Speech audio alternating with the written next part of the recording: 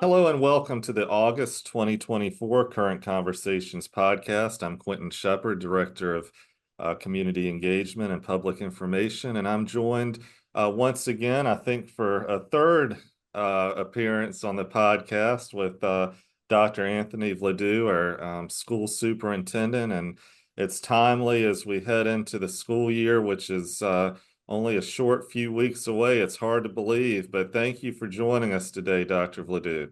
Thank you, Quentin. Glad to be here to share some of the good news as well as some of the updates that are coming up for the new school year. Great, great. So I know that you all have been spending a lot of your summer prepping for this upcoming year. So tell us about some of the things you've been doing. Yeah, no, great. So just if you remember, it seems like a lifetime ago, June 11th, all of our teachers and 10-month staff went home on a well-deserved summer break. We had an outstanding year. I'm looking forward to sharing some of the achievements in the coming months.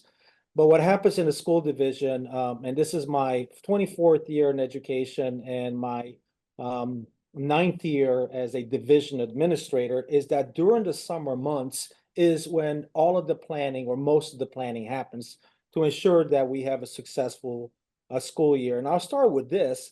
We have about 150 12-month staff. So these are individuals that are working, um, 12 months, approximately 240 days throughout the year to ensure that the division has a continuity of operations. And I'm grateful to these staff members because there's been a lot of work to get schools ready for the upcoming school year. It's been exciting to see this upcoming year develop. We have some work that we presented to our school board. A lot of it based on the strategic plan, which really is the guiding document or the guiding principles that why is it that we do what we do, which is student safety and learning. And all of that is captured into our strategic plan and goals, which drive just about everything that happens at the school level and the division level. So can you tell us just a few of the highlights of some of your focus points on that strategic plan? Certainly. So we ended up the school year, I believe, back at the middle of June. We invited some teacher leaders, our principals, and members of the division leadership team to look at our existing goals. So there is no change to the mission of the Gloucester County Public Schools, no change to the vision, and no change to the goals. However, there is a different way we're going to be looking at how do we measure student progress. I can tell you as a parent and as a teacher, I'll start as a parent. If my daughter's entering 7th grade, how do I know that she's reading better, writing better, computing better, knows more history, more math, and has this, career and technical skills, as well as other electives that we're looking at to ensure that she grows both in academically and emotionally. So in order to make progress in a large district or any district, we have to have goals and we have to have objectives and we have to look at, are we better off, are our students better off than last year? So in a nutshell, the core of the plan has not changed. What we've done is updated what we're going to be looking at to measure progress, particularly when it comes to reading, writing, safety, mental health, and wellness for students as well as for staff, and the efficient operations of the school division.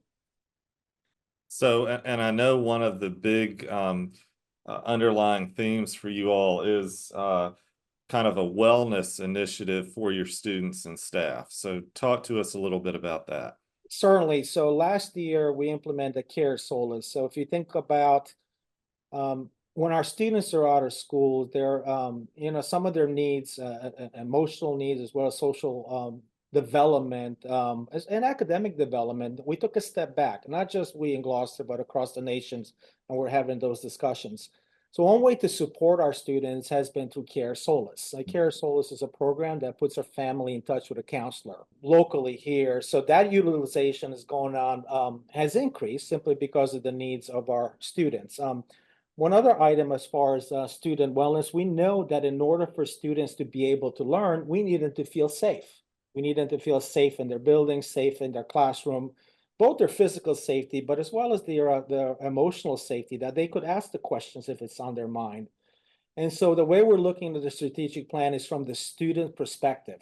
Hmm. As a student, if I have A, B, C, D, E, F, then I'm more likely to develop my academic potential. So that is an important aspect, but not only looking at student wellness and safety, but also looking at staff Hmm. wellness.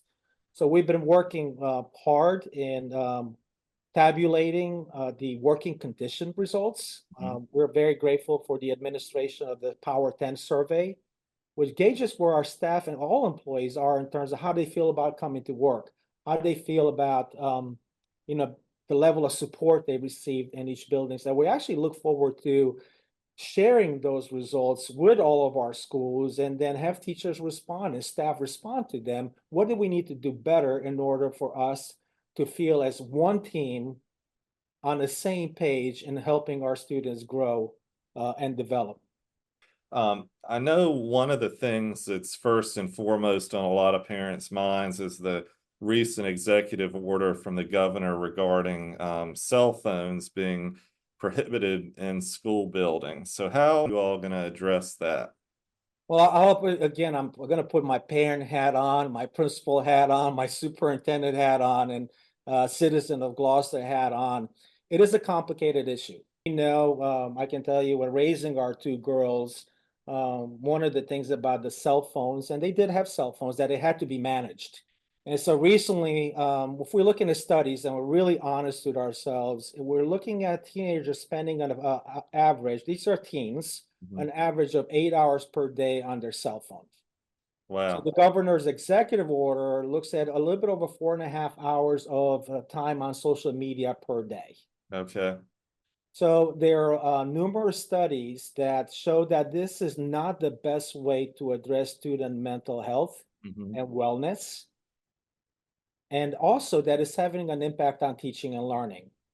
So if we're looking in our region and our state, there's been a push more and more to limit the use of cell phones so we can focus on what really, really matters, which is teaching, learning, and safety. So we look forward to providing additional information, but the division already has a policy in place Hmm. that cell phones are to be put away and turned off during the school day. Okay. And certainly we recognize that we've shown quite a bit of flexibility, but I think the executive order is going to assist the division in implementing a policy that keeps our kids safe, improves their mental health, and working with parents. We know that we cannot do this alone. Sure. Yeah, and I'll put my parent hat back on. When students and just about every teenager has a cell phone these days, it's going to be a growing period. Hmm. We're going to have some communications. We're going to have some expectations. But it is having an impact, and I do believe that by working together with the community, we can make progress Hmm. in ensuring that when in school, that our students are responsible. And I also want to talk a little bit about workforce readiness and the use of the cell phones, because we know that in the workplace, as we are getting our students to be ready to eventually hold a job, being on their cell phone the entire time or most of the time or some of the time while they're supposed to do work in most situation is not an expectation or is not something our employers look forward to. Definitely sounds like a lot more to come on that, a lot more communication and involvement with the parents, and so we'll stay tuned for that for Yeah, sure. and we have shared this information with our principals. I plan on sharing more information with our parents, having some listening sessions, but the executive order is clear. And we do believe that cell phones and addressing cell phones will have a mutual benefit between us and the parents in helping students develop their potential. So I've heard a lot about safety and safety being a recurring theme. So what are some of the main things that you all are planning to do in the next year to improve safety for students and staff in the schools? So we know that in the past 20 years, particularly in the last five, safety is paramount. Mhm. Our number one priority is safety before anything else. And as we are making progress, significant progress in that regard. I am so grateful to this community for staffing our SRO program. We are one of the few high schools in the state that has two That's great. SROs. Hmm. And then our elementary schools have SROs. So I am so grateful, not just to our educational community, but to the entire Gloucester community for making that happen. Definitely. So the other item would be, we also have school security officers at every school, and then the high school, given the size, has more. Now, last May, the school board did approve the purchase and implementation of weapons detection system, which are called Open Gate. And we have reviewed several systems, but found this to be the most competitive and the best product. Okay. So what we'll do is when students come to school in the morning, each school is going to be equipped with an open gate system. The advantage of the system that it allows a lot of students to go very quickly through this. Okay. We don't want is to have much longer wait times. Hmm. And so we're looking at implementing this within the first week of school, and more information is going to be shared with our parents or our community at back to school from me. And we look forward to making our schools as safe as possible, the safest to ensure that all of our students learn. And when you learn, if you don't feel you're safe, then it's much harder than, again, the safety is paramount, and we want that to be the baseline for anything that we do. Correct. Because, that if we're sitting in a building and we don't feel safe, we aren't going to accomplish anything else. So Certainly. definitely crucial element there. So as we're only a few short weeks away from the school year starting, are there any other updates or any other types of information you'd like to share? I do. I know our team had opportunity to begin sharing some of the academic progress at our last meeting in July. We are looking forward to sharing more because as we're doing all of this work, our impact on students and their future is most important. I couldn't be more pleased and proud of our parents, students, and staff who are working hard this year and delivering some impressive results for our school division. And we really look forward to having an outstanding school year and working together to educate our students here. One last point, over the next couple of weeks, where I'm going to advertise some dates for additional listening tours.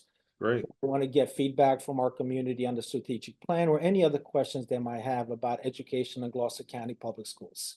Great. And we'll be sure to help advertise and share those dates when they're available. And just to, kind of let folks know that the school system is pretty robust in its communication through its social media, the Gloucester County Public Schools Virginia Facebook page, and also on its website. So please, stay tuned to those outlets, and you'll find the latest updates regarding your public school system. Also, one of the unique things I see that y'all are doing now at the school board meetings is you're really highlighting some of these accomplishments, and not only student accomplishments, but staff accomplishments. And so, we definitely encourage folks to tune into those meetings. They can be seen on Cox Cable Channel 47, or you can always watch them either live or recorded on the website. So they occur usually the second Tuesday of the month. So be sure to stay tuned. Dr. Vladu, I know you send out a wrap up, kind of highlighting what some of the things are that occur during those meetings, and send those out to parents. So that's definitely a helpful tool. Well, I appreciate it, Quentin. Actually, that was a parent's idea during my entry plan. They Great. suggested, why don't you submit a summary at Uh-huh. the end of every school board meeting? So the school board and I work together in providing for those summaries for folks who cannot join us or need something in writing. But again, thank you so much for giving me the opportunity to highlight our amazing school district, and I look forward to hearing more feedback from our community. Sounds good. Thank you so much and best wishes going into the 2024-25 school year. Thank you, Quentin.